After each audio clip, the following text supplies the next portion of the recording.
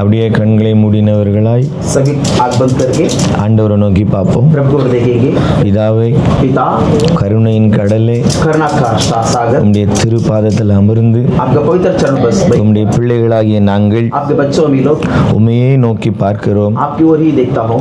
நீர் ஆண்டவரே, आप प्रभु உம்முடைய பிள்ளைகளாகிய எங்களோடு अपने बच्चों से எதை பேச நீர் சித்தமாய் இருக்கிறீரோ, जो बोलना चाहते हो, எங்களுடைய மனக்கண்களை திறக்க நீர் எப்படியாய் சித்தம் கொண்டிருக்கிறீரோ, हमारा आदमी मन खोलने के लिए आप जैसे इच्छा करते हो, எங்களுடைய ரட்சிப்பில் நாங்கள் பரிபூரணம் அடைய हमारा उद्धार में संपूर्ण होने से நீர் எதை கற்றுக் கொடுக்க விரும்புகிறீரோ आप जो सिखाना चाहते हो அதையே எங்களுக்கு கற்றுக் கொடுப்பீராக. वही हमको सिखाइए।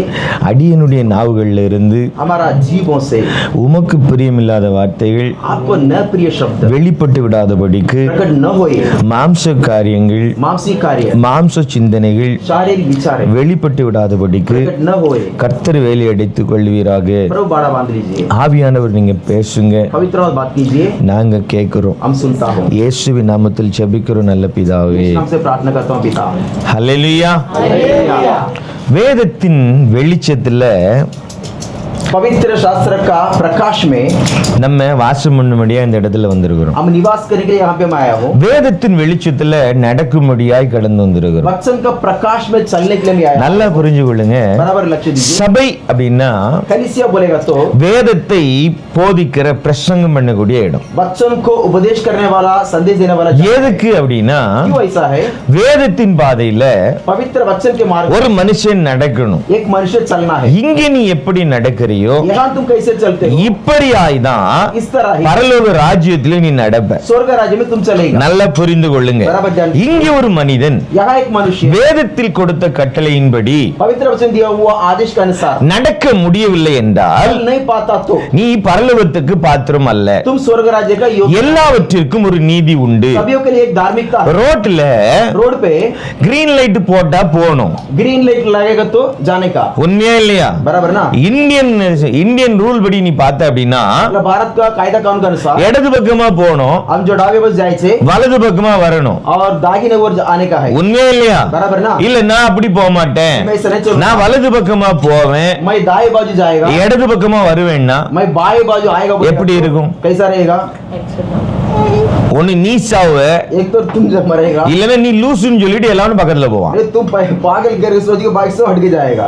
உண்மையா இல்லையா? बराबर ना। அப்ப வேதம் அப்ப ஒரு சாதாரண ஒரு உலகத்துல உள்ள ஒரு சின்ன ரூல்ஸ் சொல்றேன். तो साधारण संसार के रूल्स அதே அப்படி இருக்கும்போது ये ऐसा रहेगा तो வேதம் என்பது எதற்காக கொடுக்கப்பட்டிருக்கு அப்படின்னா पवित्र शास्त्र क्यों दिया? வேதத்திலும் இந்த மாதிரி अनेक தேவ நீதிகள் உண்டு. पवित्र शास्त्र में अनेक परमेश्वर का धार्मिक அந்த நீதியின்படி ஒரு மனிதன் நடக்கணும். वो धार्मिकता के अनुसार चलना है। அந்த நியாயத்தின்படி ஒரு மனிதன் நடக்கணும். वो न्याय पर मनुष्य चलना है। அப்படி நீ நடக்கல அப்படின்னா चल नहीं पाएगा நீ அந்த ராஜ்யத்துக்கு தகுதி இல்லாத பாத்திரம். तुम उस राज्य का योग्य नहीं है। அப்ப சபை என்பது कलीसिया जो है தேவ நீதியை கற்றுக் கொடுக்கக்கூடிய இடம். परमेश्वर धार्मिकता सिखाने वाला जगह அப்ப है। சபையில் கற்றுக்கொள்ளக்கூடிய காரியங்களை कलीसिया में सीखने वाला कार्य உங்களுடைய வாழ்க்கையிலும் நீங்க அபியாசப்படுத்தணும். आपका जीवन में अभ्यास करना है। அதை நீங்க அபியாசப்படுத்தல அப்படின்னா आप जीवन में अभ्यास नहीं சபையில करेंगे, இருந்து எந்த நோக்கமும் இல்லை. कलीसिया में रहेगा कुछ उद्देश्य नहीं है। எப்படி இஸ்ரவேலர்கள் जैसा इस्राएल लोग 40 வருடங்களாய் 40 सालों से வனாந்தரத்தில் தேவனால் நடத்தப்பட்டும் जो निर्जल प्रदेश में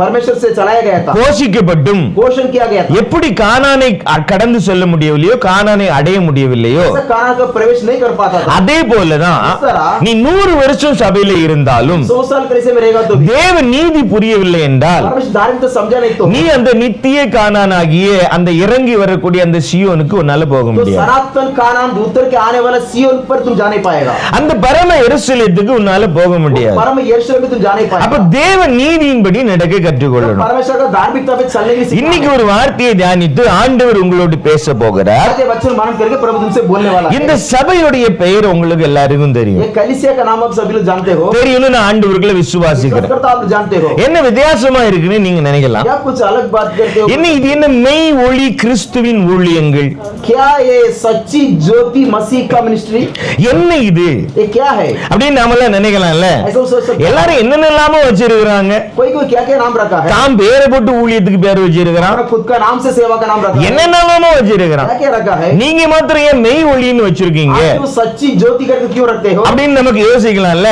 सबको मानसून இன்னைக்கு आज இந்த பிரசங்கத்தோட தலைப்பே அந்த மெய் ஒளி தான். ये जो संदेश का जो टाइटल है वो सच्ची ज्योति। இந்த மெய் ஒளின்னா என்னன்னு உங்களுக்கு புரிஞ்சுக்கிட்டாதான் सच्ची ज्योति मतलब क्या आप समझेगा? தேவன் யார் அப்படின்னு உங்களுக்கு தெரியும். परमेश्वर कौन आप समझेगा? யோவான் 1:1 योहान 1:1 में ஆண்டவர் இப்படியா சொல்லுகிறார், ऐसा कहता है, யோவான் தேவனோடு இருந்தவன், நடந்தவன், உட்கார்ந்தவன், यूहन्ना यीशु के साथ चलता था, बैठता था, सब करता था, உட்கார்ந்து சாப்பிட்டவன், बैठ के खाया था, அப்படியே மார்பில சாஞ்சிருந்தவன். साथ ही में लेट के बैठा था। அந்த யோவான் சுவிசேஷ புத்தகம் 1:1 இப்படியா சொல்லப்பட்டிருக்கு, उस यूहन्ना सुसमाचार 1 में लिखा है, ஆதியிலே வார்த்தை இருந்தது, आदि में वचन था அந்த வார்த்தை தேவனிடத்தில் இருந்தது, और वचन परमेश्वर के साथ था, அந்த வார்த்தை தேவனாய் இருந்தது, और वचन परमेश्वर था, அவர் ஆதியிலே தேவனோடு இருந்தார், वो शुरुआती में परमेश्वर के साथ था, சகலமும் அவர் மூலமாய் உண்டாயிற்று, सब कुछ उसी के द्वारा उत्पन्न हुआ, உண்டானது ஒன்றும் और जो कुछ उत्पन्न हुआ है அவரே அல்லாமல் उसमें से कोई உண்டாகவில்லை. कोई वस्तु उनके बिना उत्पन्न न हुई। என்ன அர்த்தம் அப்படின்னா, मतलब क्या है? இந்த உலகத்துல காணக்கூடிய எல்லாமே संसार में जो दिखता है सब कुछ இயேசுவின் மூலமாய் உண்டாக்கப்பட்டது. यीशु के द्वारा उत्पन्न किया गया। அப்ப இந்த இயேசு என்பவர் எப்படிப்பட்டவர்? तो यीशु कैसा वाला है? இவர் வார்த்தையாய் இருந்தார். ये जो शब्द था, அப்போ தேவாதி தேவனுடைய परमेश्वर का, நல்ல நீங்க ஒரு தேவாதி தேவனுடைய ईश्वरों का परमेश्वर, அந்த ஆதி பதம், जो शुरुआत का जो शब्द, அந்த ஆதி தன்மை, शुरुआत का गुणवत्ता, அது என்ன அப்படின்னா, वो क्या था? நீங்களாம் நினைக்கலாம் आप सोच सकते हैं தேவன் வெளிச்சமாய் இருக்கிறார், परमेश्वर प्रकाश है, தேவன் ஒளியாய் இருக்கிறார் परमेश्वर ज्योति है, அப்படி நினைச்சு அப்படின்னா सब सोचेगा तो நீ நினைக்கிறதுக்கு மாறுபாடான காரியம் தான் இது. आप जो सोचते उसका विरुद्ध कार्य ये है। ஆதியில தேவன் எப்படி இருந்தார் என்றால், प्रारंभ भी परमेश्वर कैसे होता? ஒளி அல்ல, प्रकाश न होता, நல்ல புரிஞ்சுக்கொள்ளுங்க, ध्यान दीजिए, வார்த்தை. वो शब्द, தேவனுடைய உருவம் என்பது எப்படிப்பட்டது? परमेश्वर रूप कैसे था? வார்த்தை, शब्द, சவுண்ட். आवाज, வார்த்தையா இருந்தவருக்கு शब्द में था, எப்படி உருவத்தை கொடுக்க முடியும்? उसको कैसे हम रूप दे सकता हूँ? அவரே இந்த உலகத்திலே ரூபமாய் வரவில்லை என்றால், वो खुद है ना, ये पृथ्वी में रूप धारण लेके नहीं आया तो, அதனாலதான் நீதிமொழி 8:23 சொல்லிருக்கு, नीति वचन 8:23 में लिखा है, பூமி உண்டாகும் முன்னும் पृथ्वी उत्पन्न होने से ஆதி முதற்கொண்டும் जो प्रारंभ पासून நான் அனாதியாய் मैं सनातन அபிஷேகம் பண்ணப்பட்டேன். अभिषेक किया गया था। என்ன அர்த்தம் அப்படின்னா, क्या है? தேவன் தன்னுடைய ஞானத்தை परमेश्वर अपना ज्ञान को என்ன பண்ணினாரா, क्या किया था? தேவன் தன்னுடைய ஞானத்தை எடுத்து परमेश्वर अपना ज्ञान को निकालकर இந்த சர்வ லோகத்துக்கும் सर्व लोगों அதிபதியாய் अधिपति करके, தெய்வமாய் जो परमेश्वर करके உட்கார வைத்தாராம். उनको बैठाया। நல்லா புரிஞ்சுக்கணும், எதை எடுத்து? किसे निकाल के? தெய்வம் தன்னுடைய ஞானத்தை எடுத்து, परमेश्वर अपना ज्ञान को निकाल के, தன்னுடைய வார்த்தையை எடுத்து. का शब्द को निकाल के। உங்களுக்கு விளங்குதா? समझा? ஏன்னா தெய்வத்துக்கு உருவம் கிடையாது. ये परमेश्वर का रूप नहीं है, உங்களுக்கு புரியுதா? समझा? உருவமே இல்லாதவர் रूप ही नहीं है, எப்படி தன்னை தெய்வம் என்று சொல்ல முடியும்? वो कैसा खुद को परमेश्वर को कैसा बोल सकता है? புரியுதா உங்களுக்கு? समझा आप लोग? புரியல? இப்ப இந்த இடத்துல ஒரு உருவமே இல்லைன்னு வச்சுக்க, समझो इधर कुछ उसको रूप है ही नहीं, ऐसा कुछ है, இந்த இடத்துல ஒண்ணு நிக்குது, कुछ इधर खड़ा है உருவமே இல்ல, लेकिन उसको रूप नहीं है, சத்தமும் இல்ல, आवाज भी नहीं है, நீ நம்புவியா? फिर आप भरोसा करेगा उसको? என்ன தானே பைத்தியம் பே, फिर बोलेगा हमको पागल बोलेगा, ஆனா சத்தம் மாத்திரம் வருது, लेकिन आवाज आता है वहां से, அப்ப நீ நம்புவல்ல? तो फिर आप भरोसा करेगा? என்ன சொல்லுவே? क्या बोलेगा आप? ஏதோ இருக்கு, कुछ तो है, ஏதோ இருக்கு, कुछ तो है, சத்தம் மாத்திரம் வருது, आवाज सिर्फ येता है, ஆனா கண்ணுக்கு தெரிய மாட்டேங்குது. आंखों में दिखता नहीं है। உங்களுக்கு புரியுதா? समझा? அப்ப இந்த வார்த்தை இருக்குல்ல, वो जो शब्द है, இந்த வார்த்தை, वो शब्द है, இந்த வரக்கூடிய அந்த சத்தம், आने वाला शब्द, இது தெய்வமாய் இருக்கிறது. ये परमेश्वर है, இதுதான் ஆதியில் இருந்தது. ये है आदि में था। அப்ப இந்த வார்த்தை தான் ये शब्द ही இந்த சர்வ லோகத்தையும் ये सभी पृथ्वियों को அதை உண்டாக்குகிறது. सभी को उत्पन्न करता है। இந்த வார்த்தைக்கு तो शब्द को சாலமோன் ஒரு பொருளை கொடுக்கிறான். सलमान एक उदाहरण देता है, இது இந்த வார்த்தையுடைய பெயர் ये शब्द का नाम ஞானம் என்று சொல்லுகிறான். ज्ञान करके बोलता है वो। நல்லா புரிஞ்சுக்கணும். சாலமோன் ஞானம் ஞானம் ஞானம் என்று சொல்லும் போது सलमोन ज्ञान ज्ञान करके बोलते समय அது கர்த்தரை குறிக்கிறது என்று அர்த்தம். वो परमेश्वर को उल्लेख करता है. யோவான் 1:4 அழகா சொல்லிருக்கு, யோவான் 1:4 में लिखा है, அவருக்குள் उसमें ஜீவன் இருந்தது. जीवन था. நல்லா புரிஞ்சுக்கணும், ध्यान दीजिए, யாருக்குள்ள ஜீவன் இருந்துச்சுன்னா इसका अंदर जीवन था. இந்த வார்த்தைக்குள் ஜீவன் இருந்ததாம். शब्द है, उसका अंदर जीवन था. நல்லா புரிஞ்சுக்கொள்ளுங்க, ध्यान दीजिए, இந்த வார்த்தைக்கு உள்ள ஜீவன் இருக்குதா. शब्द का अंदर जीवन था. அப்ப என்ன அர்த்தம் அப்படின்னா, इसका मतलब क्या? இப்போ ஒரு மனிதனுக்குள்ள ஜீவன் இருக்குன்னா எப்படி? एक मनुष्य के अंदर जीवन है तो मतलब क्या? நான் பேசுவேன், मैं बोलूंगा, நான் நடப்பேன், चलूंगा, நான் பாட்டு பாடுவேன், गाऊंगा, நான் சாப்பிடுவேன், खाऊंगा. உங்களுக்கு தெரியுது இல்ல? அப்ப நான் வந்து எல்லாம் செய்வேன்ல. मैं सब कुछ करता हूं ना. அப்போ இந்த வார்த்தைக்குள் ஜீவன் இருந்தது என்றால் शब्द के अंदर जीवन था, मतलब இந்த வார்த்தை ये जो शब्द பேசும், बात करेगा, பாடும், சிரிக்கும், சாப்பிடும், எல்லாமே செய்யும். सब कुछ करेगा. பட் இது என்னது? लेकिन क्या है ये? வார்த்தை. सिर्फ शब्द. உங்களுக்கு அர்த்தம் புரியுதா? நீ உருவமா இருக்கிற, तुम रूप में हो, நீ மாம்சமா அழிந்து போகிற மாம்சமா இருக்கிற, नाशवंत शरीर में हो, அது அவர் அழியாதவர், जो अविनाशी है, நல்லா புரிஞ்சுக்கணும். அவர் நித்திய நித்தியமா இருக்கிறவர், वो सनातन कालों से அவருக்குள்ள அந்த ஜீவன் இருக்கிறது. उसका अंदर वो जीवन रहता है. ஜீவன்னா जीवन बोले நம்மை போல அவர் இருப்பார், हमारा जैसा वो रहता है, ஆனா உருவம் கிடையாது, लेकिन रूप नहीं. வார்த்தையா இருக்கிறார். वो शब्द से रहता है. நல்லா புரிஞ்சுக்கணும். ध्यान दीजिए, ஜீவன்னா உங்களுக்கு புரிஞ்ச மாதிரி சொல்றேன். जीवन आपको समझने जैसे बता ஜீவன் रहा हूं. ஜீவன் ஜீவன்னா நிறைய பேருக்கு புரியாது. जीवन बोले तो क्या है? இப்ப ஃபார் எக்ஸாம்பிள் சொல்லுங்க கேட்டீங்களேன். उदाहरण देखिए, இப்ப உதாரணமா एक उदाहरण, ஒரு சில காரியங்கள்ல உயிர் இருக்குன்னு என்ன சொல்லுவோம்? कुछ कार्य में जीवन है तो हम उसको क्या बोलेगा? சொல்லுவோம் அது வந்து ஒரு லிவிங் பீயிங் அப்படி சொல்லலாம்ல, वो एक जिंदा रहने वाला कुछ वस्तु ऐसा बोलेगा. कीड़ा, இல்ல ஒரு லிவிங் என்டிட்டி அப்படி சொல்லலாம்ல. वो जीवन रहने वाला कुछ तो एक कीड़ा कुछ तो है. லிவிங் என்டிட்டி சொல்லலாமா இல்லையா? இல்ல ஒரு லிவிங் திங் அப்படி சொல்லுவோமா இல்லையா? இங்கிலீஷ்ல நார்மலா சொல்றோமா இல்லையா? वो जीवन रहने वाला कुछ तो एक वस्तु है. அதே போலதான், उस तरह, அதே போலதான். उसी तरह அப்போ ஒரு மனிதனுக்குள்ள உணர்வு இருக்குமானால் एक मनुष्य के अंदर समझ रहेगा तो அவன் ஜீவனோடு இருக்கிறான் என்ற वो அர்த்தம். जीवन है उसका. நல்ல இந்த காரியங்களை நீங்க புரிஞ்சுக்கணும். बराबर है, लक्ष्य दे. நம்ம எப்படி நடக்கிறோம், சுவாசிக்கிறோம்ல, कैसे मैं चलता हूँ, श्वास करता हूँ, அதே போலதான். इसी तरह இப்போ இங்க நமக்குள்ள ஜீவன் இருக்குன்னா எப்படி தெரியும்? अभी हमारा अंदर जीवन है, ये कैसा पता चलेगा? இல்ல யாராவது ஒருத்தங்க இங்க படுத்துட்டான்னு வைங்களேன், யாராவது ஒருத்தங்க படுத்து கிடக்குறாங்கன்னு வைங்களேன், यहाँ पे सोते लेटा हुआ है, देखेंगे उदाहरण, ஜீவன் இருக்கான்னு எப்படி கண்டுபிடிப்பேன்? उसके अंदर जीवन है कैसा पता चलेगा? பக்கத்துல மூச்சு மூச்சு மூச்சு பச்சி இருக்குதான்னு नची जाके ये श्वास है कि नहीं देखता हूँ. உங்களுக்கு புரியுதா இல்லையா? போன வாரத்துக்கு முந்தின வாரம் பார்த்தோம்ல, एक हफ्ता का पहला देखा था, ஏசு பிசாசு வரட்டும் போது शैतान को भगाते समय செத்தவங்கள வந்துட்டான். वो मरा हुआ जैसे எல்லாரும் செத்து போயிட்டான்னு நினைக்கிறான், सोचा मरा था करके, ஆனா அவனுக்குள்ள சுவாசம் இருக்குது. इसका अंदर श्वास था. உங்களுக்கு விளங்குதா? आपने समझा?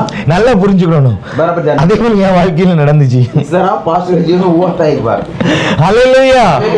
அப்போ உள்ள சுவாசம் இருக்குமானால் अंदर श्वास रहेगा तो நம்ம ஜீவன் இருக்குன்னு நினைக்கிறோம்ல, बोलता हूँ उसको जीवन है. அப்ப அது வெளியே போயிடுச்சு அப்படின்னா वो श्वास निकल जाएगा तो ஜீவன் இல்லல்ல. वो जीवन नहीं है. நல்லா புரிஞ்சுக்கணும்.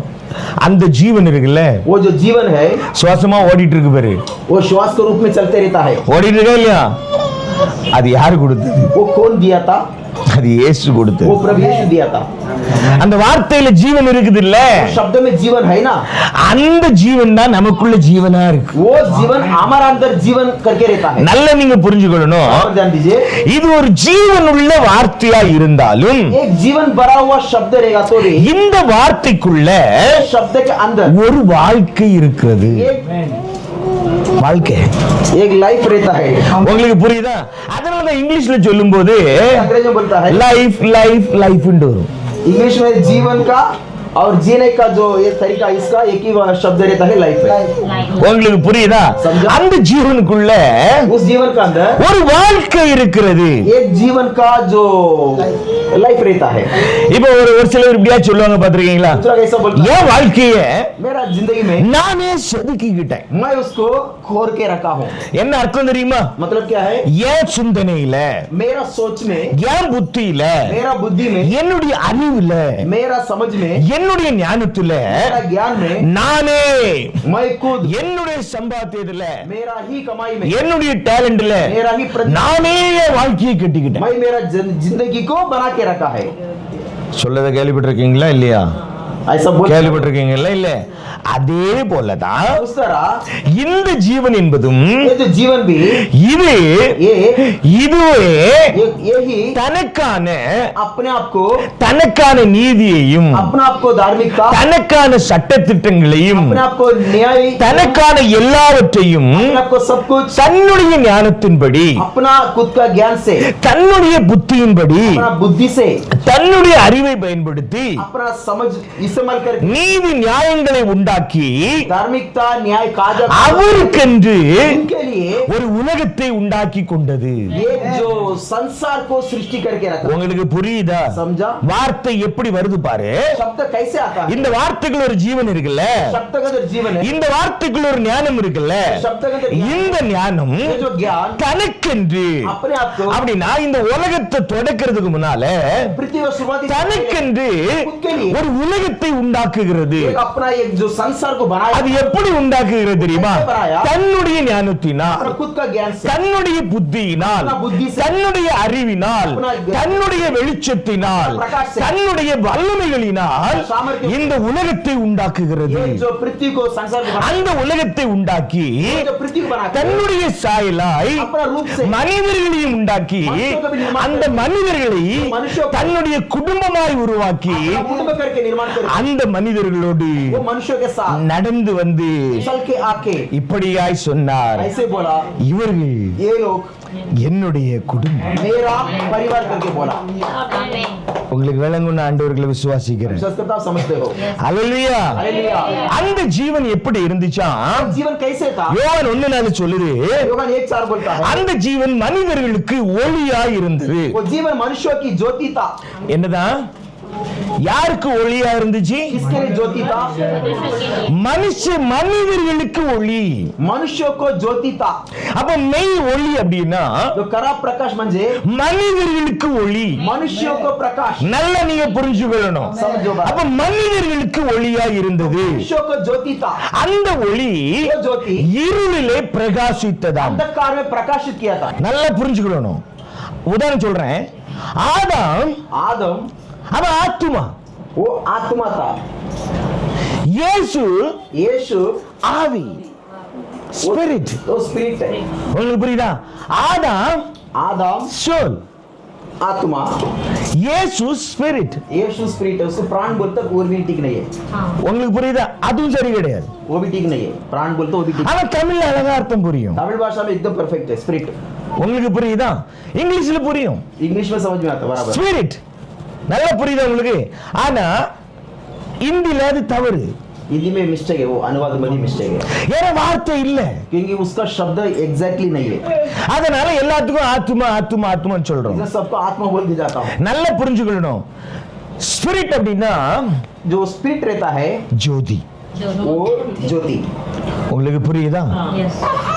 ஆத்துமா அப்படின்னா आत्मा बोलेगा तो அதுல ரெண்டு வகை இருக்கு. उसमें दो प्रकार है. அதுல நன்மைகளை செய்து முடிந்தவர்கள் ஆத்துமா இருக்கு, अच्छा कार्य करके अपना दौड़ कदम किया उन लोग आत्मा है. இருளாகவே இருக்கிற ஆத்துமாவும் இருக்கு. अंधकार में ही रहने वाला आत्मा भी. சரி, நீங்க இதை புரிஞ்சு கொள்ளுங்க, வேண்டாம் அதுக்குள்ள போக வேண்டாம். इतना समझो फिर आगे बाद में அது இன்னொரு நாள் நம்ம ரொம்ப தெளிவா அதை உதாரி. बात में एक दिन देखेंगे. சரி, ஆண்டவர் தெளிவா பேசுவார் உங்களோடு. ஆண்டவர் நம்மகிட்ட தான் இருக்கிறார், வேற எங்கேயும் இல்ல. हमारे साथ है. ஹல்லேலூயா. அப்ப இந்த மாதிரி நிறைய டிரான்ஸ்லேஷன் மிஸ்டேக்ஸ் இருக்குது. ऐसे अनुवाद में अनेक प्रकार. அப்ப வந்து ஒளின்னு சொன்னாதான் உங்களுக்கு புரியும். तो ज्योति बोलेगा तो समझेगा.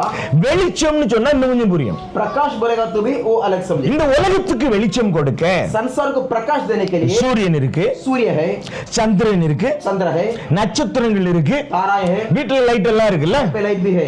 இதெல்லாம் என்ன கொடுக்குது? ये सब क्या देता है? இதெல்லாம் வெளிச்சம் ये கொடுக்கிறது. सब प्रकाश देता है. நல்லா புரிஞ்சுக்கொள்ளுங்க. समझ लीजिए. பட் ஒளியை கொடுப்பது அப்படின்னா लेकिन जो ज्योति देने देता है जो புரியுற பாசல் சொல்றேன் பாரு. समझो भी எப்படி நம்மலாம் தவறா புரியுறோம் பாரு. हम कैसे गलत समझ இப்ப सकते. இந்த தமிழ் சமுதாயத்துல तमिल लोग में संसार में இப்ப अनेक சமுதாயத்துல இருக்கு. अनेक संसार में भी है सभी लोग. ஒரு பொண்ணு एक लड़की கல்யாணம் முடிஞ்சு जो शादी होके புருஷன் வீட்டுக்கு வர அப்படின்னா अपना नवरा का घर पे आता है. அங்க ஒரு விளக்கு வச்சிருப்பாங்க. वो है दीप है ना लगाया हुआ रहेगा. விளக்கு விளக்கு குத்து விளக்கு, मराठी में समय बोलते हैं ना, समय मराठी में लगाते हैं. குத்து விளக்கு வச்சிருப்பாங்க. அந்த விளக்கை ஏத்திட்டு உள்ள வாம்பாங்க. वो दीप जला के फिर अंदर आओ बोलेगा। இதுக்கு அர்த்தம் என்ன தெரியுமா? इसका अर्थ क्या है? என்ன அர்த்தம்னா अर्थ क्या है? அந்த பொண்ணு वो लड़की இந்த குடும்பத்துக்கு नवरी फैमिली में ஒளி கொடுக்க வந்திருக்கிறா. वो अभी प्रकाश देने के लिए आए हैं, ஒளினா என்ன தெரியுமா? ज्योति देने के लिए आए हैं। அந்த குடும்பத்தில் உள்ளவர்களுக்கு घर वालों के लिए நல்ல வழிகளை கட்டி கொடுத்து अच्छा मार्ग सिखा के, நன்மையான காரியங்களை செய்து अच्छा कार्य करके அவர்களை போஷித்து उन लोग को पोषण करके, அவர்களை உடுத்தி उन लोग को वस्त्र देके நீதான் இந்த குடும்பத்தை இனிமே நீதான் கவனிச்சு வாழ வைக்கணும். कुटुंब को अभी तुम अभी उसको देख के ऊंचा कराना है। என்ன அர்த்தம்னா क्या है? ஒளி கொடுப்பது அப்படின்னா जो ज्योति देना मतलब क्या है? வாழ வைப்பது. मतलब उसको जिंदा रखना है। உங்களுக்கு அர்த்தம் புரியுதா? ஒளி கொடுப்பது அப்படின்னா जो ज्योति देना मतलब ஒரு மற்றவர்களை வாழ வைப்பது. लोगों को जीने के लिए रखना है। நல்ல புரிஞ்சுக்கொள்ளணும். समझो, இப்போ ஆண்டவர் சொல்லும்போது அழகா இப்படி ஒரு சில காரியங்களை சொல்லுவார். ऐसे प्रभु एक कार्य अच्छा ஆனா உங்களுக்கு நான் புரியுற பாஷையில சொல்றேன். आपको समझ जैसा बताता हूं। இப்போ अभी ஒருத்தன் சாகுற நிலைமையில கிடக்குறான். मरने का स्थिति में है, समझो। அவனுக்கு நீ உதவி பண்ணி उनको मदद करके அவனை நீ வாழ வைப்ப அப்படின்னா जीने के लिए रखेगा तो அதுக்கு அர்த்தம் என்ன தெரியுமா? इसका मतलब क्या है? அவனுடைய வாழ்க்கையில उनके जीवन में நீ ஒளி கொடுத்துட்ட. तुम उसको अभी ज्योति देते हो।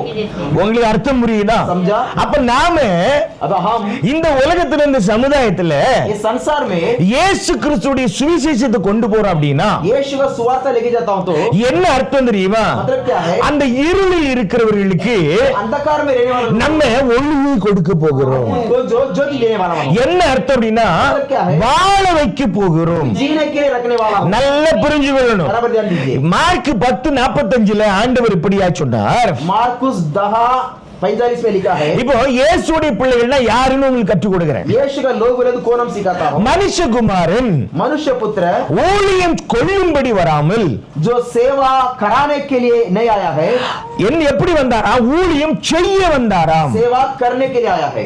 உங்களுக்கு புரியுதா? மனுஷகுமாரன் எப்படி வந்தார்? मनुष्य पुत्र कैसा आया? ஊழியம் கொள்ள வரல. जो सेवा करने के लिए कराने के लिए नहीं, करने के लिए आया। உங்களுக்கு அர்த்தம் புரியுதா? समझा? என்ன அர்த்தம் அப்படின்னா காலுக்கு மேல காலை போட்டு உட்கார்ந்துகிட்டு पैर में पैर डाल के बैठ गए, நான் பாஸ்டர், मैं पास्टर हूँ, விசுவாசிகள் எனக்கு ஊழியம் பண்ணணும், विश्वास से मुझे सेवा करना है, எனக்கு காணிக்கை கொண்டு வரணும், मुझे अर्पण लेके आने का है, தசமபாகம் கொண்டு வர வேண்டும். दशांश लेके आने का है। நான் என்ன பண்ணுவேன்? मैं क्या करूंगा? சின்ன வீட்டுல இருக்கிறவன் छोटा घर पे रहने वाला பங்களா வாங்குவேன், बंगला खरीदूंगा, சைக்கிள்ல போறவன் साइकिल में जाने वाला ஏரோப்ளேன் வாங்குவேன். खरीदूंगा। உங்களுக்கு அர்த்தம் புரியுதா? समझा? இதுக்கு பேர் என்னது? इसका मतलब क्या है? ஊழியம் கொள்ளுறது. सेवा लेना है, सेवा करा के लेना है। உங்களுக்கு புரியுதா? समझा? ஊழியம் செய்கிறது அப்படின்னா जो सेवा करने का मतलब ஆண்டவர் சொல்றாரு பாருங்க, कहता है நல்ல மேய்ப்பன் अच्छा चरवाहा தன்னுடைய ஆடுகளுக்காக अपना भेड़ बकरियों को தன்னுடைய ஜீவனையும் கொடுக்கிறான். अपना जीवन भी दे देता है। நல்லா புரியுதா? समझा? அப்ப ஊழியம் செய்கிறது என்றால் सेवा करना मतलब நீ நல்ல மேய்ப்பனா இருப்பாய் என்றால் अच्छा चरवाहा रहेगा। நீ तुम உனக்கு கொடுத்த ஆடுகளுக்காக अपने दिया गए मेंढरों को உன்னுடைய ஜீவனையே அர்ப்பணிப்பது. अपना जीवन भी अर्पण करना है। உங்களுக்கு அர்த்தம் புரியுதா? समझा? பாஸ்டர் யாருன்னு புரியுதா? अभी पास्टर कैसा कौन रहेगा?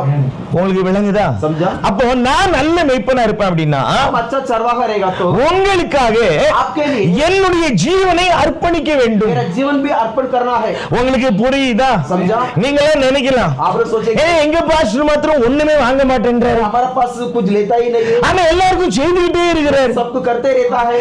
ஏன்னா நல்ல மேய்ப்பன் என்பவன் अच्छा चरवाहा जो है மற்றவர்களுக்காக செய்கிறவன். हम लोगों के लिए करने वाला है। நல்ல புரியுதா? समझा? அதனாலதான் ஒவ்வொருத்தையும் சொல்லுவேன், इसलिए हर एक से बोलता ஏய் हूं, வீட்டு வேலை செய்யாத, घर का काम करो मत, ஏதாவது ஒரு தொழில் பண்ணு, कुछ तो धंधा करो, நான் உனக்கு உதவி मैं பண்றேன். मदद करता हूँ, நீ தொழில் பண்ணி முன்னேறு. तो धंधा करके बढ़ो। ஏன்னா இயேசு ஜீவனை கொடுக்க வந்தவர், यीशु जीवन देने के लिए आया, வாழ்க்கை கொடுக்க வந்தவர். जीवन देने के लिए आया। வாழ்வு இல்லாத உனக்கு जो जीवन नहीं है तो அவர் வாழ்வை கொடுக்க வந்தவர். जीवन देने के लिए आया। உங்களுக்கு விளங்குதா? समझा? உங்களுக்கு விளங்குதா? समझा? அப்ப நல்ல மேய்ப்பனுக்கு அர்த்தமே तो अच्छा चरवाहा அந்த ஆடுகளுக்காக वो मेंढरों को தன்னுடைய ஜீவனை ஊற்றுவது. अपना जीवन को उंडाल देना। அதனாலதான் இயேசு கிறிஸ்து यीशु क्रिस्त இப்படியாய் சொன்னார், ऐसा बोला, என் ஆடுகள் मेरा मेंढर என்னுடைய சத்தத்துக்கு செவி கொடுக்கும். मेरा आवाज सुनेंगे. நல்லா புரிஞ்சு கொள்ளுங்க. அந்த ஆடுகளுக்காக தன்னுடைய ஜீவனையே वो भेड़ बकरियों को अपना जीवन को கல்வாரி சிலுவையில் ஊற்றினார். कलवारी सूली पर उंडाला है. யாருக்காக? इसके लिए தன்னுடைய ஆடுகளுக்காக. अपना खुद का मेंढरों को. आमेन. அல்லேலூயா. हालेलुया. ஆடுன்னா என்ன அப்படின்னு मेंढर बोले तो क्या है? ஒரு நாள் நான் உங்களுக்கு கற்றுக் கொடுப்பேன். एक दिन वो भी सीखा होगा. அப்ப உங்களுக்கு புரியும். तब वो समझेगा. எது ஆடு, कौन मेंढर अपना, மாடுன்னா என்ன बैल बोले तो क्या है? எல்லாம் உங்களுக்கு நான் கற்றுக் கொடுப்பேன். आपने एक दिन समझाऊंगा. எது எப்படி ஆண்டவர் பேசுறாரு பாப்பனே. कैसे परमेश्वर புரிஞ்சு கொண்டாதான் आपने समझेगा तो உங்களுக்கு ஊழியம்னா என்னன்னு தெரியும். आपको सेवा बोले तो क्या समझेगा? அப்ப தேவ ஞானத்தை பெற்ற மனுஷன் परमेश्वर ज्ञान ஒரு சில காரியத்தை செய்யும் போது कार्य करते समय உலகத்தாருக்கு அது பைத்தியமா தோன்றும். संसार लोगों को पागल से புத்தி இல்லம்பா, बुद्धिहीन बोलेगा. உங்களுக்கு புரிந்த அறிவு இல்லம்பா, उसको खुद अकल नहीं बोलेगा. சேர்த்து வைக்க தெரியலம்பா. कमा के बटोरता करने के लिए उसको मालूम नहीं बोलेगा. இதெல்லாம் உலக ஞானம். ये सब संसार का ज्ञान. ஆனால் தேவ ஞானம் அப்படிப்பட்டது அல்ல. ज्ञान ऐसा नहीं है. நல்ல புரிஞ்சு கொள்ளுங்க. தேவ ஞானம் परमेश्वर का ज्ञान அப்படிப்பட்டது அல்ல. ऐसा वाला नहीं है. தேவனுக்கு என்று ஒரு நீதி இருக்கு. परमेश्वर की धार्मिकता है. அந்த நீதியில நடக்கிறவன் ஊழியக்காரன், ஊழியக்காரி விசுவாசி. उस धार्मिकता में चलने वाला ही सेवक और विश्वासी. நல்லா புரிஞ்சுக்கொள்ளணும். बराबर ध्यान. அப்ப ஒளி கொடுப்பது என்றால் दो ज्योति देना मतलब வாழ வைப்பது. जीने के लिए रखना. வாழ வைப்பது. जीने के लिए रखना. ஒருத்தன் பிச்சை எடுத்துட்டு இருக்கிறான் அப்படின்னா भीख मांगता है तो அவனுக்கு வாழ்க்கை கொடு. उनको जीवन दे दो, जिंदगी दे दो.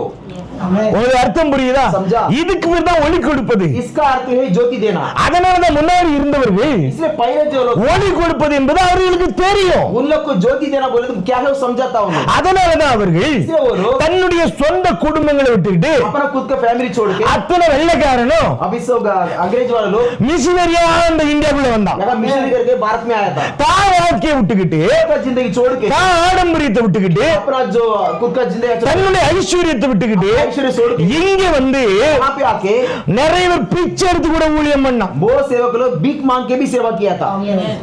உங்களுக்கு விளங்குதா? समझा? ஏன்னா அவர்களுக்கு ஒளி கொடுப்பது என்னன்னு தெரியும். वो लोग जानता था ज्योति देना बोले तो क्या है करते. ஆனா இன்னைக்கு உள்ளவர்களுக்கு आजकल का लोग புத்தியில் அந்தகாரப்பட்டவர்கள், बुद्धि में अंधकार भरा हुआ. இவர்களுக்கு ஊழியம்னா என்னன்னு தெரியாது, सेवा बोले तो क्या पता. ஒளி கொடுப்பதுன்னா என்னன்னு தெரியாது.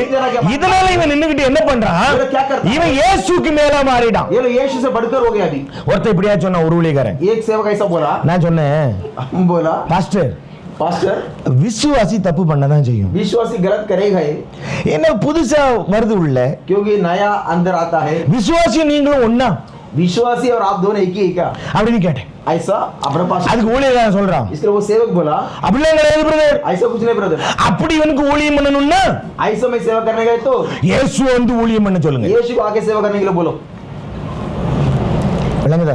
समझा? அப்ப இன்னைக்குள்ள ஊழியக்காரர்களை பாரு, आजकल सेवक लोग देखो இயேசுக்கு மேல போயிட்டான். यीशु से बढ़कर ये लोग चला गया. अभी புரியுதா? சாத்தான் அது நினைச்சான்.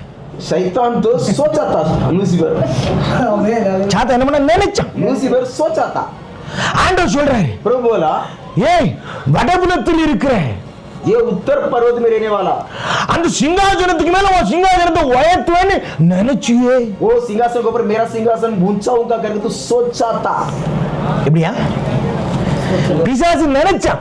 शैतान उतना ही. ஆண்டவர் நல்லவர். प्रभु லூக்கா 9:56 ஆண்டவர் அழகா சொல்ற பாருங்களேன். लूका 9:56 में மனுஷகுமாரன் मनुष्य पुत्र மனுஷருடைய ஜீவனை मनुष्य का जीवन को அழிக்கும்படியாய் வரவில்லை, वो नाश करने के लिए नहीं आया है, ரட்சிக்கும்படியாய் வந்தார். उद्धार करने के लिए आया है. உங்களுக்கு புரியுதா? आपने समझा? உன் வாழ்க்கையை तुम्हारा जीवन கெடுக்கும்படியா வரல அவரு. वो नाश करने के लिए नहीं आया. உன் வாழ்க்கையை तुम्हारा जिंदगी को உன்னை காப்பாற்றும்படியாய் வந்தார். बचाने के लिए आया. ஹல்லேலூயா. हालेलुया. உங்களுக்கு புரியுதா?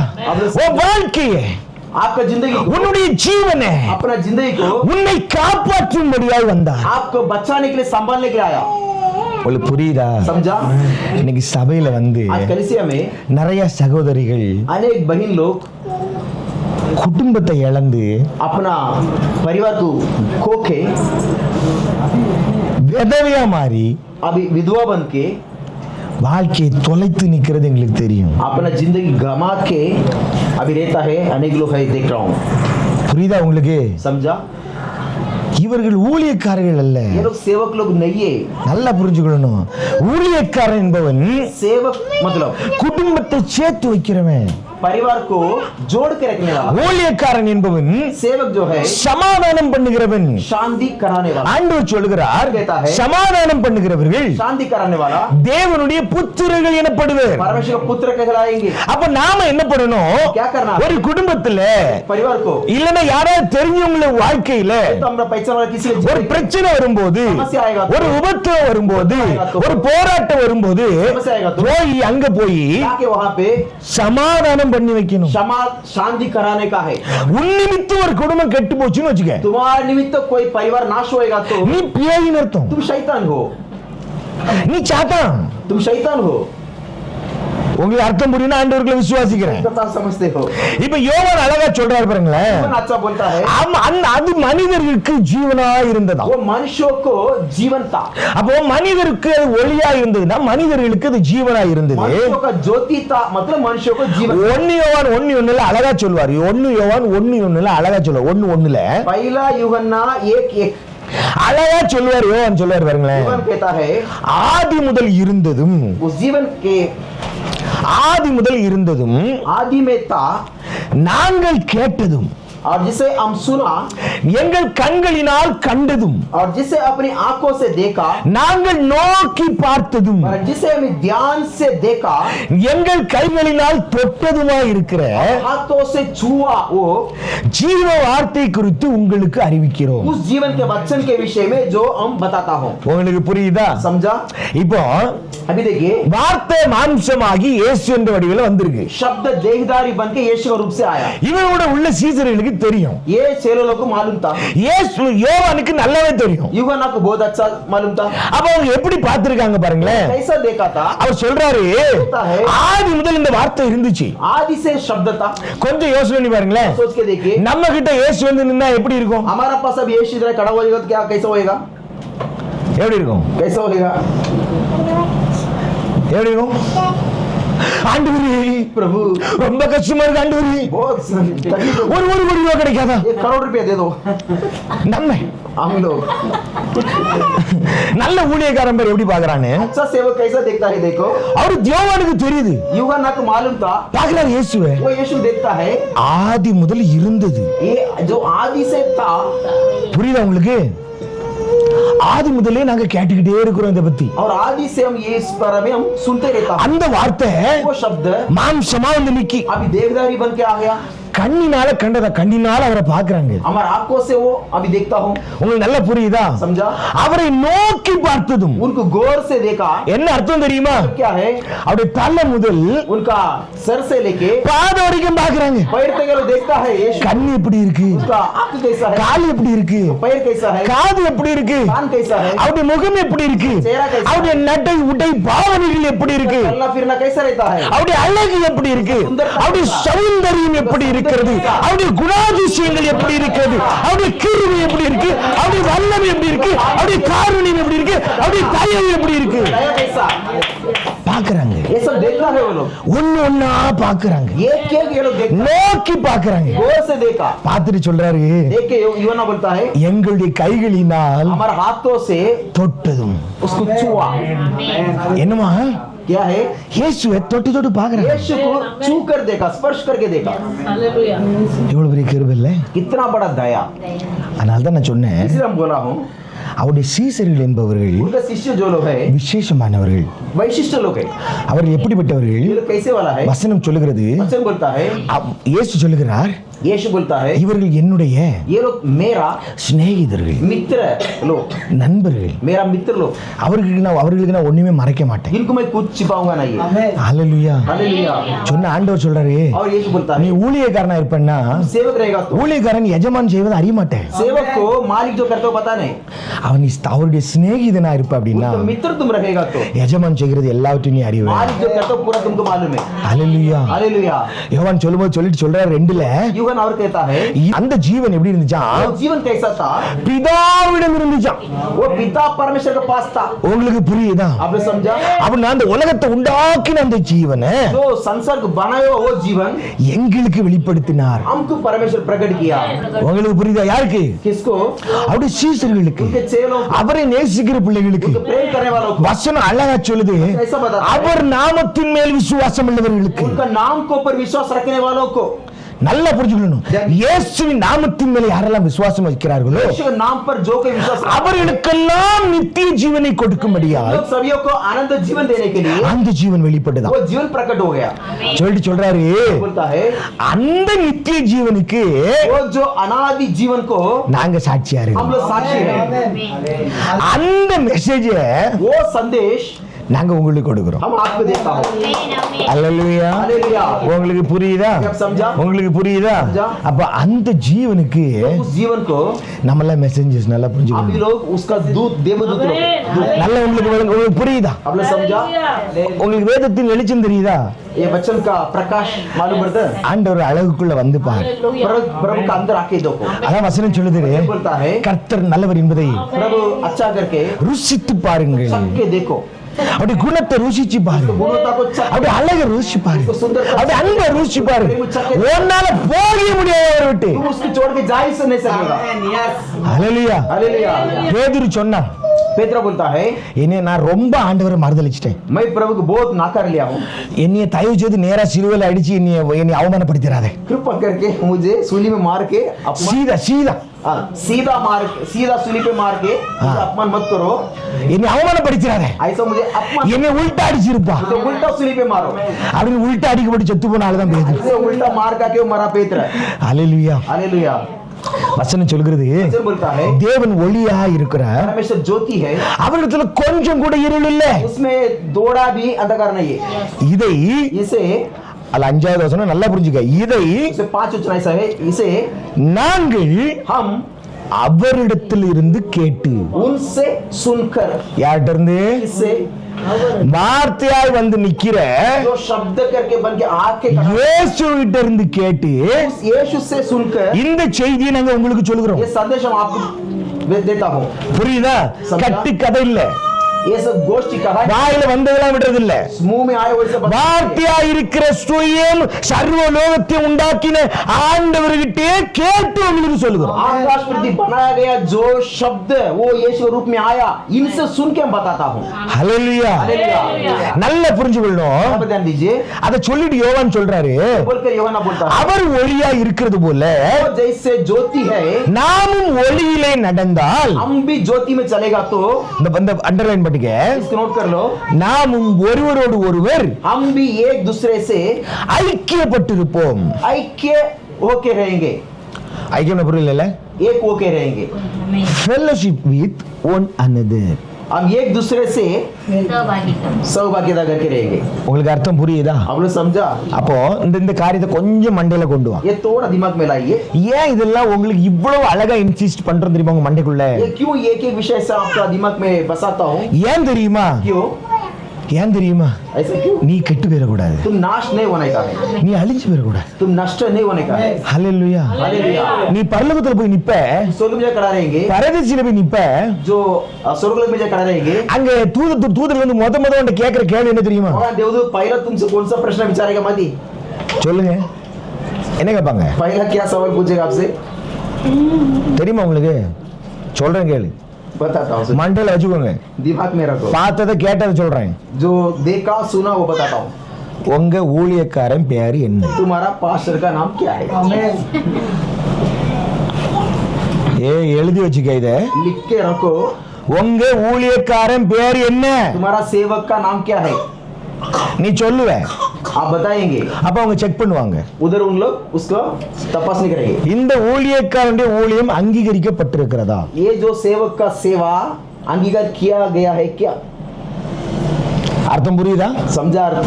அது அங்கீகரிக்கப்பட்டிருக்குமானால் वो अंगीकार किया गया तो நீ கெட் இன். तुम अंदर आओ। அது அந்த ஊழியக்காரனுடைய ஊழியம் அங்கீகரிக்கப்படலன்னா वो सेवक का सेवा अंगीकार नहीं किया गया तो நீ கெட் அவுட். तुम बाहर चले जाओ। அர்த்தம் புரியுதா? अर्थ समझा? அர்த்தம் புரியுதா? अर्थ समझा? ஏன்னா क्योंकि நீ புளிச்ச மாவா இருப்ப, तुम जो खमीर वाला जो आटा रहेगा, அங்க போய் பரலோகத்துல இருக்க எல்லாத்தையும் புளிப்பாக்கிடுவேன். उधर जाके सबको खमीर बना देगा तुम। உங்களுக்கு அர்த்தம் புரியுதா? अर्थ समझा?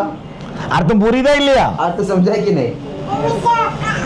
நிறைய தண்ணி இருக்கு, ட்ரம் ஃபுல்லா தண்ணி இருக்கு. आज अभी ड्रम भर के पानी है समझो, ஒரு சொட்டு விஷம் தானே, एक बूंद जहर, விஷம் தானே. जहर एक बूंद है ना, उसमें क्या होगा? पूरा அதுல என்ன ஆகும்? उसमें क्या होएगा? அப்படியே அந்த ட்ரம்முக்குள்ள போட்டேன்னு வச்சுக்க, वो एक बूंद ड्रम के अंदर डाल दिया तो என்ன நடக்கும்? क्या होएगा? குடிக்கிறவன் எல்லாம் செத்து போவான். पीने वाला सब लोग मर जाएगा. அது மாதிரிதான் उस तरह சர்ப்பங்கள் सर्प பரலோக ராஜ்யத்துக்குள்ள போக முடியாது. स्वर्ग राज्य में प्रवेश नहीं कर पाएगा. உங்களுக்கு அர்த்தம் புரியுதா? अर्थ समझा? இது சுயம். अपना स्वयं நான் கேட்டேன், ये पास जी सुना है, பரதேசில போனீங்களே, स्वर्गलोक में गया हो, அங்க என்ன கேட்டாங்க முதல்ல? वहाँ उन लोग क्या पहला पूछा था? போனவர் சொல்றாரு, तो जाए गया वो उसने போய் நின்னு ये वो जाके खड़ा था, போன உடனே जाते ही உங்க ஊழியக்காரன் யாருன்னு கேட்டாங்க. तुम्हारा सेवक का नाम क्या है करके उन लोग पूछा वहाँ पे, சொன்னேன், உள்ள விட்டாங்க. और बोला सेवक का नाम, फिर वो लोग अंदर छोड़ दिया. இருக்கீங்களா?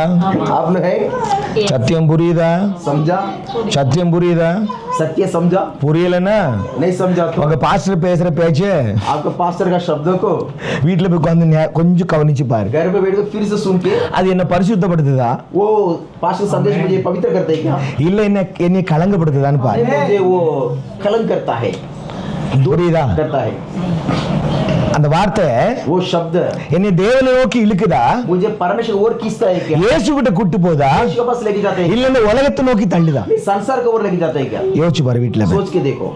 அல்லேலூயா. அல்லேலூயா. அது சொல்லிக்கிட்டு யோவான் சொல்றாரு, और के योहन बोलता है, நான் ஒளியில் இருக்கிறேன் என்று சொல்லியும் मैं ज्योति में रहता हूं करके बोल के தன் சகோதரனை பகைக்கிறவன் अपना भाई से वैर रखता है, रखने वाला இருளிலே நடக்கிறான். अंधकार में चलता है. இங்க என்ன சகோதரனை சொல்றாரு தெரியுமா?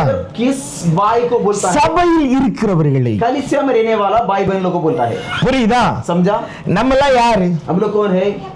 சகோதரர்கள் சகோதரிகள் இல்லையா? हिंदू लोग, बराबर ना? இந்த சகோதரர்களை சகோதரிகளை பகைக்கிறவர்கள் भाई बहन लोग को विरोध करते. நீ ஒளியில இல்ல, तुम प्रकाश में नहीं है, நீ இருளில இருக்கிற. तुम अंधकार में रहते हो. அதாவது எப்பவும் சொல்லுவேன், मैं कभी बोलता हूँ, ஒருத்தர் தப்பு பண்ணதாவே தெரிஞ்சாலும் कोई गलत करता है करके मालूम पड़ेगा तो भी பின்னாடி போய் குறை சொல்லாத. पीछे जाके उसको गलत मत समझाओ, गलत मत बोलो, दोष मत लगाओ. அர்த்தம் புரியுதா? समझा? பின்னாடி போய் பேசாத. पीछे जाके बोलो मत. அப்படி உனக்கு பேசணும்னா ऐसा तो बोलना है तो மூஞ்சி முன்னாடி சொல்லு, चेहरे के सामने बता दो, பிரதர் ब्रदर சிஸ்டர் सिस्टर நீங்க இப்படி பண்றது நல்லா இல்ல. ऐसा सब करते हो, ये नहीं सही नहीं है. நீ பின்னாடி போய் சொல்லும் போது जाके बोलते समय நீ இருள்ல இருக்கிற, तुम अंधकार में रहते हो. ஆனா நீ முன்னாடி முகத்துக்கு முகம் சொல்லுவ பத்தியா? तुम चेहरे से बोलते हो ना, அதுக்கு அர்த்தம் என்ன தெரியுமா? उसका अर्थ क्या है? அவன் மூஞ்சில லைட் அடிக்கிறேன்னு அர்த்தம். उसका चेहरे में प्रकाश देते हो. உங்களுக்கு அர்த்தம் புரியுதா? அதான் ஆண்டவர் சொல்லும்போது தெளிந்த புத்தி உள்ளவர்களாக இருங்கள். बोलता है स्पष्ट मन से रहो. அல்லேலூயா. அல்லேலூயா. அதை சொல்லிட்டு சொல்றாரு, தன்னுடைய சகோதரனில் அன்பு கூறுகிறவன் अपना भाई लोग से प्रेम रखने वाला ஒளியிலே நிலை கொண்டிருக்கிறான். वो ज्योति में स्थिर रहता है. என்ன அர்த்தமா? मतलब क्या है? ஒளியில வாசம் செய்கிறான். वो प्रकाश में निवास करता है. நல்லா புரிஞ்சுக்கொள்ளுங்க, அதெல்லாம் உங்களுக்கு திருப்பி திருப்பி சொல்றேன். इसलिए मैं बार बार बताता அன்னைக்கு हूँ, கடந்த நாட்கள்ல அந்த 3 நாள் உபவாசம் வந்தோம்ல, पिछले दिन 3 दिन उपवास में था. அந்த உபவாசம் வச்சு நோக்கம் என்ன தெரியுமா? उपवास का उद्देश्य क्या था? உங்களுக்குள்ள ஒரு மனம் இல்ல. आपका अंदर एक मन नहीं है.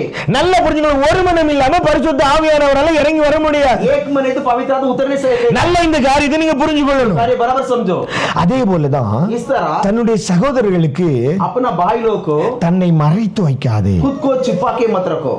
புரியுதா?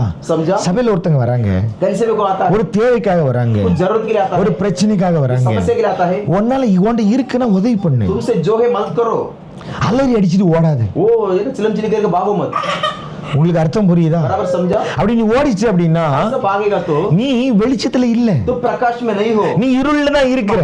அதனாலதான் இன்னைக்கு பெந்தகோஸ்தி சபைகள் इसलिए पेंदोस चर्चे में இன்னைக்கு வளருவதில்ல. आजकल बढ़ता नहीं है. வாயில வந்ததெல்லாம் உபதேசமா பேசுறாங்க. जो आता है उपदेश करके बता देता है. நல்லா நீங்க புரிஞ்சுக்கொள்ளணும். बराबर देखिए, ஏன்னா क्योंकि உலகத்திலும் அதில் உள்ளவைகளிலும் ஆண்டு சொன்னாரு, அன்பு கூறாதிருங்கள். संसार में और संसार में जो है उसमें प्रेम मत करो. ஏன்னா அதுல நீ அன்பு கூறு அப்படின்னா उसमें तो प्रेम करेगा तो அது உலகத்தை நோக்கி உன்னை கொண்டு போயிரும். उस संसार को वो किससे लेके जाएगा? அதுல பிதாவுடைய அன்பு இல்ல. उसे पिता का प्रेम नहीं है. வசனம் அழகா சொல்லுது பாருங்க. वचन बहुत अच्छा. மாம்சத்தின் இச்சையும் शरीर का इच्छा, கண்களின் இச்சையும் आंखों का अभिलाषा, ஜீவனத்தின் பெருமையும் ஆகிய तो जीवन का जो घमंड जो है, உலகத்தில் உள்ளவைகள் எல்லாம் संसार में जो है பிதாவினால் உண்டானவைகள் அல்ல. पिता परमेश्वर से आया गया नहीं है. 16வது வசனம் 16 वचन. நல்லா புரிஞ்சுக்கொள்ளுங்க. மாம்சத்தின் இச்சையும். அதனால நான் எப்போ ஒரு காரியத்தை சொல்லுவேன், कभी बोलता हो உங்களால இச்சையை அடக்க முடியல அப்படின்னா आप लोग को अभिलाषाओं को जो कंट्रोल में ला नहीं सकेगा तो புல்பிட்ல வந்து நிக்க கூடாது. यहाँ पे वेदी पे खड़ा नहीं रहने का है. அர்த்தம் புரியுதா? समझा? இச்சையை அடக்க முடியல, अभिलाषा को आपने छिपाने கண்ட்ரோல் नहीं कर पाया. ஆசையை அடக்க முடியல, अपना आशाओं को नियंत्रित नहीं कर सका. இதெல்லாம் அடக்க முடியாம வந்து புல்பிட்ல நிக்க கூடாது. ये नियंत्रित नहीं कर सकेगा तो वेदी में आके खड़ा नहीं रहने का. சபை நாசமாயிரும். कलीसिया चुकराचूर हो जाएगा. நல்லா புரிஞ்சுக்கொள்ளணும். बराबर ध्यान दो. யோவான் 8:12 சொல்லுது, யோவான் 8:12 में लिखा है, நான் உலகத்துக்கு ஒளியாய் இருக்கிறேன், संसार का ज्योति हो, என்னை பின்பற்றுகிறவன் मुझे पीछा करने वाले இருளிலே நடவாமல் अंधकार में नहीं चलता है, ஜீவ ஒளியை அடைந்து இருப்பான். वो जीवन का ज्योति प्राप्त किया गया है. அடைந்து இருப்பான். वो वहां पे पहुंच गया है. அடைவான் இல்ல, वो पहुंचेगा नहीं है. जीवन का ज्योति में அடைவான்னா என்னது? पहुंचेगा मतलब क्या? ஃபியூச்சர் டென்ஸ் இல்ல, ஃபியூச்சர்ல भविष्य में होने वाला. அடைந்து இருப்பான். जो पहुंच चुका है என்ன அர்த்தம் தெரியுமா? मतलब क्या है? நீ சபையில இருக்கும்போது, कलीसिया में रहते समय, அந்த இருக்கும்போதே कलीसिया में रहते समय ही, ரேத்தை यहाँ पे रहते ही ஜீவ ஒளியை பெற்றுக் கொண்டிருக்க முடியும். ज्योति प्राप्त कर चुके हो. அவர்களை தான் பவுல் சொல்லும்போது சொல்றாரு, पौलुस कहता है நாம மரிப்பதில்லை. हम तो मरने वाला नहीं है. நல்லா புரியுது, நல்லது கவர்ந்து வசனத்தை தெளிவா கவனிங்க. ये बराबर समझो. உங்க சரீரம் இந்த உலகத்தை மண்ணுக்குள்ள போலாம், आपका शरीर मिट्टी में जा सकता है, ஆனா உன்னுடைய ஆவி இருக்குல்ல, तुम्हारा जो प्राण रहता அது है அப்படியே தேவன்கிட்ட போயிரும். वैसे परमेश्वर का पता चला जाता है. ஏன்னா இங்க இருந்தே நீ ஜீவ ஒளியை பெற்றிருக்கல்ல. तो जीवन का ज्योति प्राप्त किए गए हो. நல்லா நீங்க இது இந்த கொஞ்சம் கவனமா கவனிங்க. ध्यान दो. எஸ்ஐயா 45:7 ஆண்டவர் இது குறித்து சொல்றாரு பாரு. यशायाह 45:7 में लिखा है. இவர் படிங்க, அழகா ஆண்டவர் சொல்றாரு பாருங்களேன். यशायाह 45:7 देखेंगे. ஒளியை படைத்து இருளையும் உண்டாக்கினேன். मैं उजालों को बनाने वाला और अंधियारों को सृजनहार हूं. எப்படியா? कैसा है? ஒளியை படைச்சாரா, उजालों को बनाया है, இருளை உண்டாக்கினாராம். अंधियारों को भी सृजन किया गया. என்ன உங்களுக்கு புரியுது தெரியுமா? इसमें क्या है मतलब? நீங்க கண்ணுல பாக்குறல்ல आप जो आंखों से देखते हो இந்த ஒளி, ये जो प्रकाश, அதே போல நீ பாக்குறல்ல இந்த இருள், और जो देखते हो अपना दिखने वाला अंधकार, இது ரெண்டுமே ये दोनों ही உண்டாக்கப்பட்டது. सृजन किया गया है. இது அப்படியே இருந்தது கிடையாது. ये पहले से अस्तित्व में होता, வார்த்தை தான் இருந்துச்சு. सिर्फ शब्द अस्तित्व. ஆனா இந்த கண்ணில் காணக்கூடிய இந்த ஒளியும், जो आंखों में दिखने वाला ये प्रकाश, நான் முதல்ல சொன்ன ஒளி வேற, இந்த ஒளி வேற. நல்லா पहले புரிஞ்சுக்க. वाला प्रकाश वो अलग है, ये प्रकाश अलग है. இந்த வெளிச்சம் என்று சொல்லக்கூடிய இந்த ஒளியும், ये जो प्रकाश बोलता हूँ, ये जो लाइट है, இந்த ஒளியும், जो प्रकाश இந்த இருளும் और ये अंधकार, உண்டாக்கப்பட்டவைகள். ये दोनों सृजन किया गया. ஆண்டவர் உண்டாக்கினார். प्रभु इसको बनाया है. விளங்குதா? समझा? இது இருந்தது கிடையாது. ये पहले से था नहीं है. இருந்தது என்னது? पहले से जो कौन सा था? வார்த்தை, शब्द था. சவுண்ட். शब्द था. புரியுதா? அதனாலதான் பரிசுத்த ஆவியானவர் इसलिए पवित्र आत्मा அந்த மேல் வீட்டறையில் இருந்தவர்கள் மேல இறங்கும் போது कोठी में जो था उन लोग पर उतरते समय அழகா அந்த வசனம் சொல்றோம், बहुत अच्छा बोलता है. இடி முழக்கத்துக்கு ஒப்ப பெருங்காற்று அடிக்கக்கூடிய சத்தம், बिजली के आवाज, गर्जना के जैसे मोटा आंधी तूफान जैसे हवा आएगा. உங்களுக்கு புரியுதா? समझा? என்ன அர்த்தம்னா the rushing sound அப்படின்னு இங்கிலீஷ்ல சொல்லிருக்கோம். वो ऐसे एकदम फोर्स में आने वाला आवाज. இது என்னதுன்னா வார்த்தையை குறிக்கும். ये क्या है? शब्द का दूसरा उल्लेख है. ஒரு அர்த்தம் புரியுதா? இது வார்த்தை. ये शब्द है. அப்ப இருந்தது, முதல்ல இருந்தது வார்த்தை. तो पहला जो था शब्द, அதுக்கு பிறகு வந்ததுதான் இந்த வெளிச்சம் இருள் எல்லாம். उसके बाद आया ये प्रकाश और अंधकार सब. அதே ஆண்டவர் சொல்றாரு, प्रभु कहता है சமாதானத்தையும் படைத்து शांति को भी सृजन करके தீங்கையும் நானே உண்டாக்கினேன். बुराई को भी मैं सृजन किया गया हूँ. என்ன அர்த்தம் தெரியுமா? क्या है? உனக்கு ஜீவனை கொடுக்கிறது நான் தான், जीवन देने वाला भी मैं हूँ, அதை எடுக்கிறது நான் தான். उसको निकालने वाला भी मैं हूँ. நல்லா நீங்க புரிஞ்சுக்கணும். बराबर ध्यान दीजिए. எல்லாரும் கையில இந்த வசனத்தை எடுங்க. ये सब बच्चे निकालेंगे. 2 கொரிந்தியர் 4:6. दूसरा कोरिन्थियर 4:6. எடுத்துட்டீங்களா? வசனம் சொல்லுது பாருங்களேன். वचन कहता है देखिए, இருளில் இருந்து வெளிச்சத்தை பிரகாசிக்க சொன்ன தேவன் अंधकार में से ज्योति चमके ऐसा कहा परमेश्वर. இயேசு கிறிஸ்துவின் முகத்தில் உள்ள यीशु मसीह के चेहरे से प्रकाश, தமது மகிமையின் அறிவாகிய ஒளியை परमेश्वर की महिमा की पहचान की ज्योति தோன்று பண்ணும் பொருட்டாக वो चमकाने के लिए எங்கள் இருதயங்களில் பிரகாசித்தார். हमारा हृदय में प्रकाशित हुआ. யாருக்கா புரிஞ்சுச்சா? किसने समझा ये? புரிஞ்சுங்க அலையிலே சொல்லு. जिसको समझा हालेलुया बोलिए. கேட்டுருவேன். फिर हम पूछेंगे. யாருக்கும் தெரியாதுன்னு எனக்கு தெரியும். किसको भी मालूम नहीं. உங்க விசுவாசம் பெருசா இருக்கு. आपका विश्वास अच्छा है, बड़ा है, சந்தோஷம். अच्छा है. புரிஞ்சுக்கொள்ளுங்க. அழகா சொல்றாரு பாருங்களேன். कहता है देखिए, இயேசு கிறிஸ்துவின் முகத்தில் உள்ள यीशु मसीह के चेहरे के प्रकाश, தமது மகிமையின் परमेश्वर की महिमा की அறிவாகிய ஒளியை. महिमा की पहचान की ज्योति. புரியுதா? समझा? புரியல? नहीं समझा ना? இன்னும் கொஞ்சம் தெளிவா சொல்றேன் பாருங்க. और थोड़ा समझने जैसे बताता हूं देखिए. தெளிவா சொல்றேன் பாருங்களேன். இதெல்லாம் புரியாது. ये समझेगा नहीं साधारण. ஏன் சொல்லு? क्यों? அதுக்குள்ள ஜீவன் இருக்கு. इसका अंदर जीवन भरा हुआ है. Amen. ஆத்மா இதை ஏத்துக்காது. तुम्हारा आत्मा इसको रिसीव नहीं कर पाएगा. ஏன்னா அதுக்குன்னு ஒரு சில क्योंकि इसके लिए कुछ வல்லமை வேணும், कुछ सामर्थ्य चाहिए, जरूर திராணி வேணும். कुछ उसका क्षमता पाइजे. இல்லைன்னா புரியாது. नहीं तो समझेगा नहीं. உங்களுக்கு விளங்குதா? आप लोग समझा? ஏன் ஆண்டவர் அப்படி விளங்க வைக்கிறாருன்னா, ये क्यों ऐसे परमेश्वर ऐसे समझाता है? எல்லாருக்கும் விளங்க கூடாது. ये सब कुछ समझना नहीं चाहिए. உங்களுக்கு புரியுதா? आप लोग समझा? சத்தியத்தை அறியக்கூடிய அறிவை அடைந்தவர்களுக்கு மாத்திரம்தான் விளங்கணும். सत्य को जानने वाला ज्ञान जिसके पास है सिर्फ उनको ही समझना चाहिए. அல்லேலூயா. हालेलुया. இயேசு கிட்ட இப்படியே கேட்டாங்க, यीशु के पास ऐसा पूछा था, ஏன் ஆண்டவரே क्यों प्रभु நீங்க ஏன் ஊமையாவே பேசுகிறீர்? आप क्यों दाखलता से बताते, उपमा से बताते हो? ஏன் நீ டைரக்டா சொல்ல மாட்டேன்றீர்? सीधा सीधा बोलने का है ना. அப்ப இயேசு சொல்றாரு, यीशु बोला, நான் உங்களோட ஊமையா தான் பேசுவேன். मैं तुमसे उपमा से ही बताऊंगा. ஏன்? ऐसा क्यों? ஏன்? ऐसा क्यों? ஞானத்து பெற்றவர்களுக்கு புரியும். जिसको ज्ञान है वो समझेगा. இந்த உலகத்துல இருப்ப பாரு, जो संसार का जो लोग है ना, நீ மாம்சமாவே யோசிப்ப பாரு, तुम शारीरिक रीति से सोचते हो ना, உனக்கு விளங்க கூடாதுன்னு அப்படி சொல்றேன். तुमको समझने का नहीं करके मैं ऐसा बताता हूँ. நீ ஆவில யோசிப்ப பாரு, तो अपना आत्मा से सोचते हो, அவனுக்கு கண்டிப்பா விளங்கும். उसको जरूर समझेगा.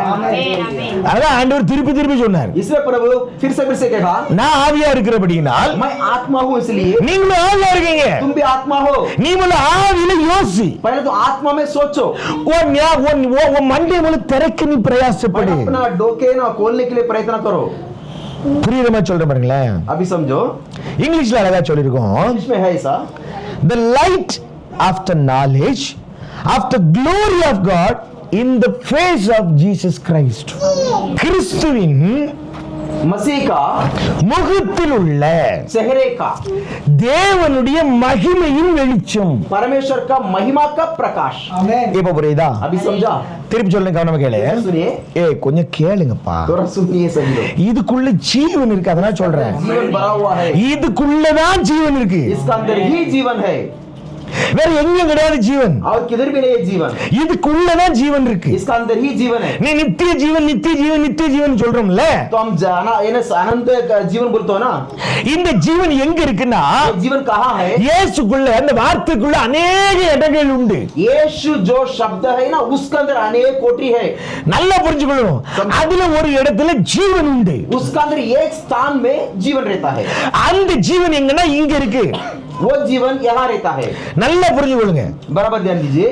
கிறிஸ்துவின் முகத்தில் உள்ள मसीह का चेहरे का தேவ மகிமையின் வெளிச்சம், परमेश्वरीय महिमा का प्रकाश. புரியுமா சொல்றேன்? अभी समझो. ஜீசஸ் இருக்காருல்ல, यीशु है ना, அப்படியே முகம் இருக்குல்ல, उसका चेहरा है ना, இதுல ஒரு வெளிச்சம் இருக்குல்ல, इसमें एक प्रकाश है உண்மையா இல்லையா? ना, बराबर है। இப்ப தேவனை தரிசிச்சவங்க சொல்றாங்களா இல்லையா? अभी परमेश्वर दर्शन जो लोग पाया वो लोग बोलता है அப்படியே முகத்துல उनका चेहरा में சூரியனோட பிரகாசமா இருக்கு. सूर्य से बढ़कर ज्यादा प्रकाश है। என்னது அது? ये क्या है? वो என்ன தெரியுமா அது? वो क्या है मालूम है? மகிமை, वो महिमा है, ग्लोरी, उसका तेज है, தேவனுடைய மகிமை. परमेश्वर का तेज। இப்ப அததான் என்ன சொல்றாங்க அப்படின்னா, ये क्या कहता है? அது எங்க இருக்கு அப்படின்னா, वो कहाँ है? கிறிஸ்துவுடைய முகத்தில் இருக்கு. यीशु का चेहरे पे है, கிறிஸ்துவுடைய यीशु का முகத்தில் இருக்கு. चेहरे पर है। அந்த மகிமை இருக்குல்ல, वो जो तेज है ना, அதை என்ன சொல்றாங்க அப்படின்னா, तेज को क्या कहता है? Light of the knowledge. ज्ञान का प्रकाश, ऐसा बोलता है। அர்த்தம் புரியுதா? समझा? அப்படியே முகத்தில் இருக்கிற மகிமைக்கு பேர் என்ன அப்படின்னா, चेहरे में रहने वाला जो तेज का नाम क्या है?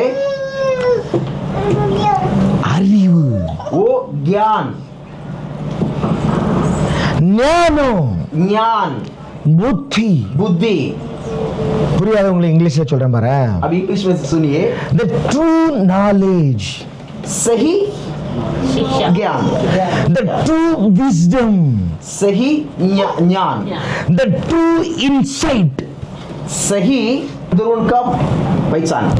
அப்ப இயேசுடைய முகத்துல இருப்பது என்னது?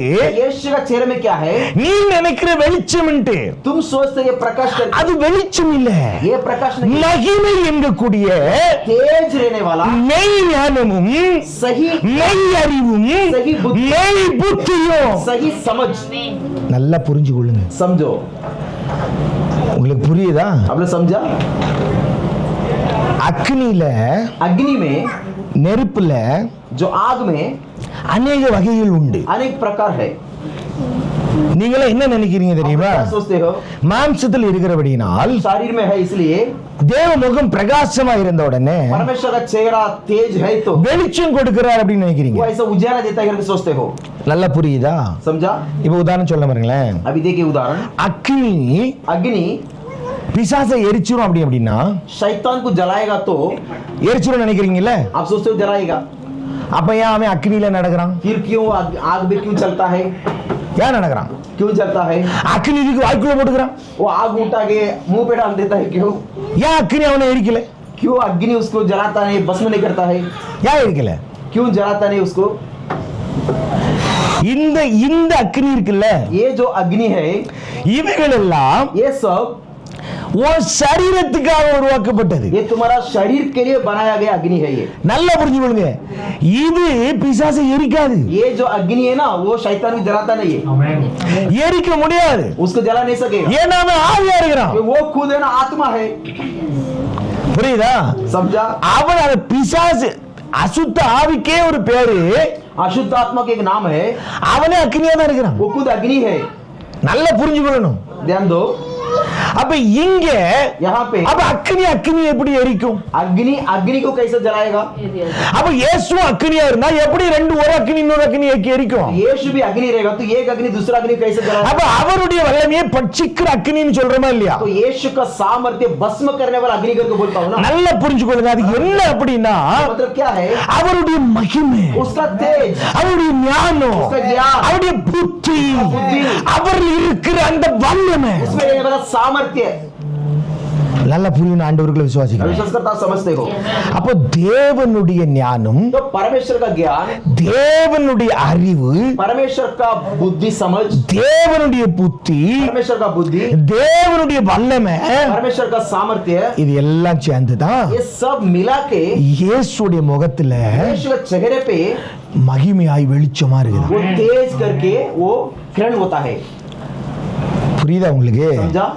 இப்ப இந்த ஒளி இருக்குல்ல, ये जो जो ज्योति है ना, இந்த ஒளி இருக்கிற ஒரு முகத்திலிருந்து வருது. उसका चेहरे से आने वाला जो ज्योति है ना, இததான் इसी को மெய் ஒளி என்று சொல்லுகிறோம். सच्ची ज्योति करके बोलता हूँ. விளங்குதா? இது என்ன சொல்றோம்? மெய் ஒளி. तो बोलता हूँ सच्ची ज्योति करा प्रकाश. அப்ப மெய் ஒளி கிறிஸ்து அப்படின்னா सच्ची ज्योति मसीह बोलेगा तो மெய்யான ஞானம், जो सही மெய்யான புத்தி, सच्चा बुद्धि, மெய்யான அறிவு, सच्चा समझ, மெய் ஜீவன், सच्चा जीवन, இத்தனை உள்ளடக்கினதுதான் सब मिलाया हुआ மெய் ஒளி. सच्ची ज्योति. அல்லேலூயா. हालेलुया. அதனாலதான் யோவான் சொல்ற, योहान कहता है உலகத்தில் வந்து संसार में आके எந்த மனிதனையும் किसी भी मनुष्य को பிரகாசிக்க செய்கிற प्रकाशित करने वाला மெய்யான ஒளியே सच्ची ज्योति ही அந்த மெய் ஒளி. वो सच्ची ज्योति.